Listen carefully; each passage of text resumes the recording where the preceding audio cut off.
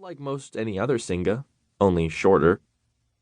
To look at me, you wouldn't know I conjure creatures from another world without trying, without even wanting it to happen.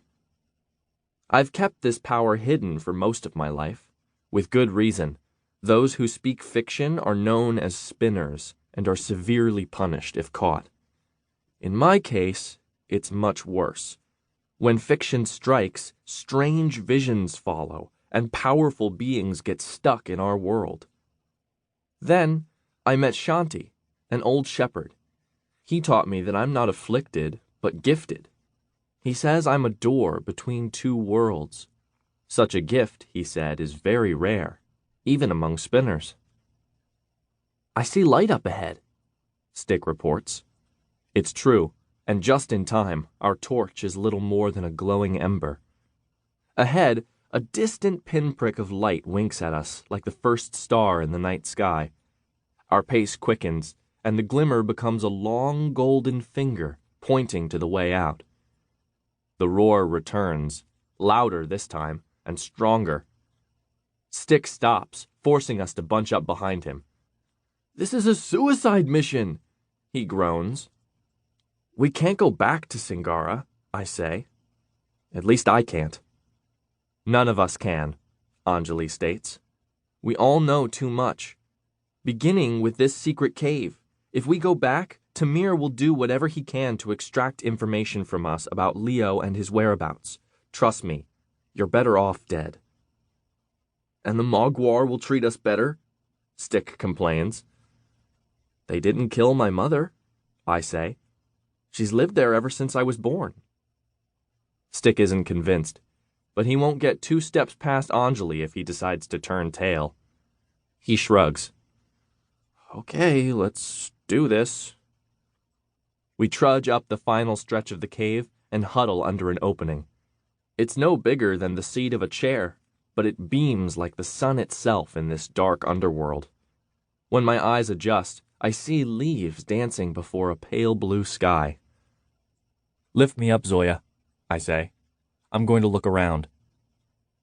Zoya hunches over and I climb onto her shoulders. She stands and my head pokes through the opening. I scan the landscape with eyes and ears, expecting to find the source of the terrifying roar, or maybe a horde of bloodthirsty Maguars closing in. But there are only chirping birds and the scents of pine, earth, and pollen riding on the breeze. All clear, I say, and hoist myself up. In a few moments, we're all standing in a small field surrounded by trees, warming our fur in the sun. The hole to the cave is hidden by tall grass and low-lying shrubs, practically invisible. I hope we can find it again when the time comes. What's that on your back, Leo? Stick says uneasily. Zoya moves behind me to see for herself. Strange, she murmurs, brushing the fur on my shoulder blades, as if she's trying to wipe something off. What? I ask.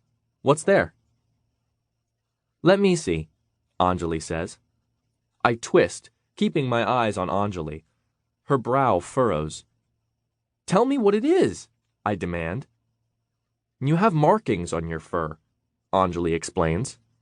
I thought it was just dirt when we were in the cave, but it's not coming off. And they're not random marks. It's like a drawing of a firewing bird with outstretched wings. I crane my neck. I can see only the wingtips of the firewing on my shoulder blades, set in dark brown marks. I touch the fur there. It feels normal enough. That's not normal, Stick declares.